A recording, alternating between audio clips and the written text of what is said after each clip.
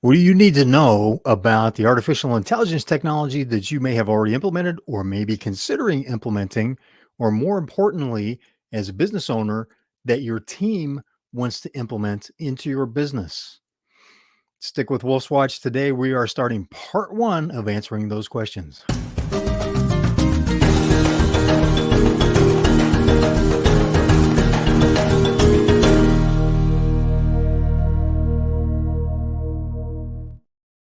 Welcome to Wolf's Watch. I'm Wolf.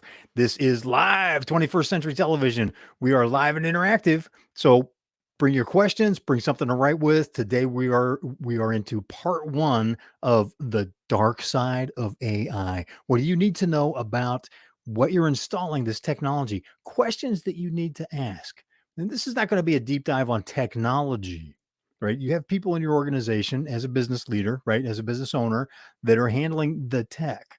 As a business leader, we want to talk with you about, let's have a conversation on how does this work? What are the considerations? What can affect your business from a legal standpoint, an ethical standpoint that could have an unintended consequence? Like, for example, imagine that you are a software engineer that created a program, a software package that you sell on the marketplace. All of a sudden, you're finding out that your code that you wrote and that you charge people to use is now being embedded in code that companies are using because it's being produced off the internet by an AI tool, an artificial intelligence tool, an artificial intelligence chatbot. Because you may have heard that some of the chatbots, like well, I don't want to mention any brand names because we're not attacking, we're not attacking the technology or the people that are creating and putting it in a marketplace. This is a question that you need to consider. Who owns what you're using from the AI tools that you are installing into your business or considering to install into your business? Just getting excited and tongue tied again. Look, so coming back to the software question, if one of your marketing people uses an AI chatbot or another AI tool to generate a web page, a landing page, or to generate some specific code to accomplish something that they want to do with some one of your web pages, who owns that? Where does that come from?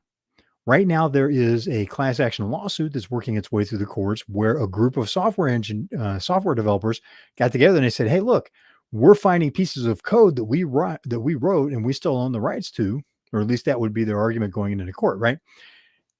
That it's being poached by AI tools that people are using because they're taking their code and embedding it into programming that the chatbot is writing or the AI tool is writing. Now, who owns that? Do they really have, for one thing, the legal ownership of the code that's being used? Second, does the company that marketed the tool that you're using then really own that code? Or third, do you own that code? Does your company own that code because it was generated for you?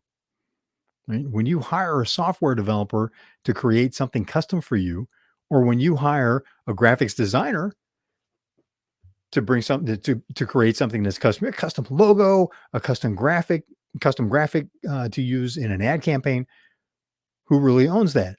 And do you have the legal disclosures, the legal documents to back that up? Right? Because unless, for example, with a graphic designer, I went through this when we were having our logo for Adventure CEO designed.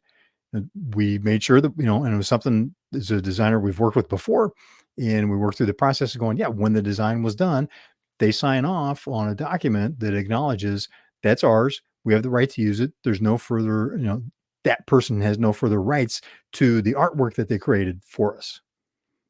And we acknowledge that person. The same person did a book cover for me. Love to acknowledge that person for doing the book cover to help promote them in a way of saying thank you for the great work that you've done. But yet it's still legally our artwork at that point. But what happens when you get into the artificial intelligence arena? This is a question that you need to consider because it can put you on either legal problems or ethically shaky ground. Now, I'm not an attorney, so that's a question for your attorney who may not be able to answer that right now. This is a gray area. There's a lot of stuff that's changing really fast. Watching for your comments here. There's a lot of stuff that's changing really fast. So they, it may be something they're going, yeah, you know what? We need to dig into that. Or they may have a solid answer, or they may be able to advise you and saying, hey, look, this is where things are at the moment. This is what may be changing. You may need to find someone that's a specialist in that area to seek some actual legal counsel. So not giving legal advice, just saying these are questions you need to pose to make sure you don't have something that you start using now that 6 months down the road bites you hard because somebody shows up knocking on the door with a piece of paper from a court that says, hey, you owe us, or you have to stop using us, and now it's a critical part of your business process. Second thing that we want to talk about in part one here is imagine that you have one of your children, newborn, in fact, is having trouble eating, not eating correctly.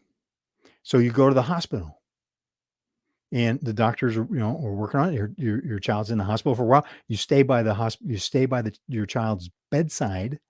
And then when it looks like your baby's starting to get better, start asking about when can we bring the baby home. All of a sudden, child services comes in with all the paperwork already completed to take custody of your child because they've deemed that you are not an unfit parent or unfit parents if you're a couple. Well, how could that happen? Right now, there's a case that is being investigated in wait, let me make sure I get this right for you. So I was reading this. This was an article that posted in the last couple of days. There is a case that's being investigated to find out, was it the hospital's AI supported system that is used to predict unfit parents or predict not unfit parents. That's incorrect. To predict where children are at risk in the homes and automatically notifies children's services to get them involved to do an investigation. Was it something that was triggered by an AI that incorrectly assessed the situation, or at least assessed it in a way that a human being wouldn't? Because how could you, and this is the question the parents are asking, well, look, how can we be unfit parents if we're the ones that brought our child to the hospital before our child got into serious health problems because we were concerned? Right. So now that's being investigated. See, does this AI tool that the hospital is using somehow triggering a process that has gone completely off the rails? And unfortunately, they've now lost custody of their child while this is all being investigated. So does your AI give you reasonable answers in the context that you would think as a business owner? Is it giving actually an accurate answer? Because it could be that there was the context is different and totally unknown to you that's being used by this AI tool or an AI chat. The chatbots are all the rage right now. So let's focus on that. So someone had gotten an answer from a chatbot, applied that information within your business, and now you find out, what, context is wrong. Or it's just flat out incorrect. And now there's challenges that have come from that. So you need to be careful with the information and how are you dealing with that within your business?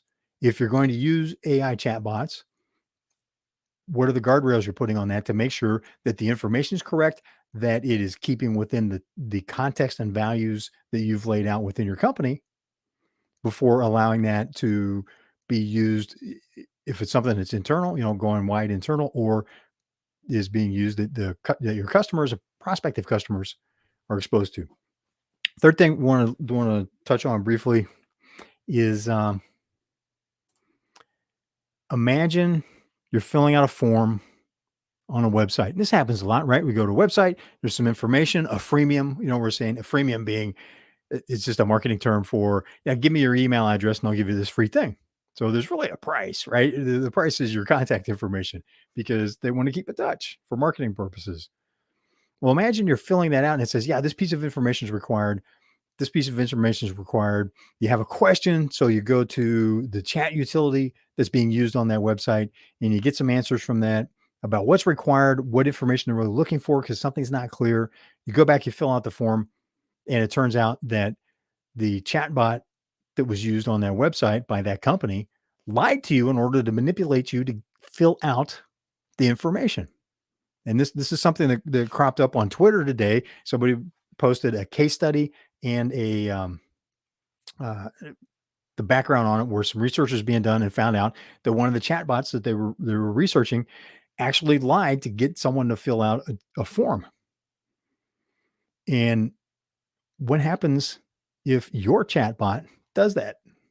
How do you know? What are the ethical concerns again that you need to look at, and how are you making sure you're asking the right questions of your team? Right, as a business owner, you should not be dealing with the technology like this. You should be asking these questions to make sure that your team is thinking about, hey, what are we doing? How are we doing it? Should we do it? And what are the potential side effects that are foreseeable? There's always going to be things that at this moment aren't foreseeable. Maybe as long as with focus and consideration, as more information becomes available, maybe not. But to at least be able to address what you can now.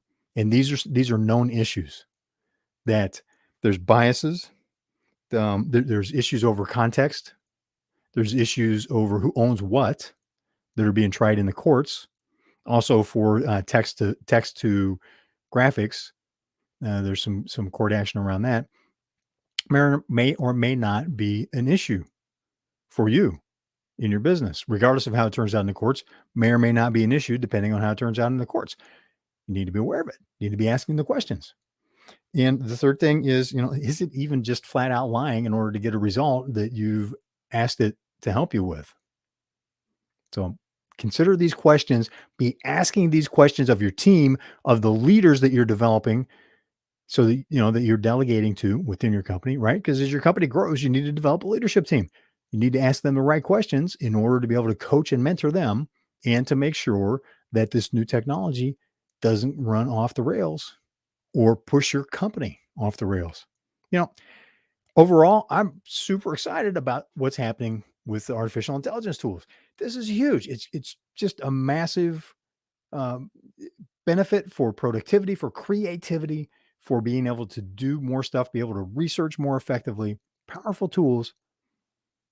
Gotta ask the right questions though, because we see this with every technology wave, where there's always ethical concerns that can become a problem if you're not paying attention to them, and other issues that crop up as they're being implemented over a period of time.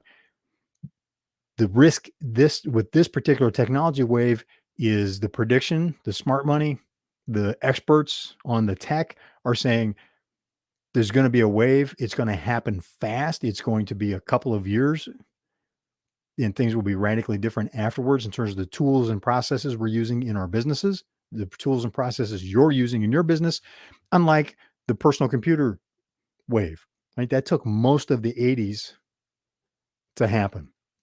The internet and e-commerce took most of the 1990s. It happened faster than personal computers, but it took most of the 1990s. So you can see, cell phones took a few, 5 years.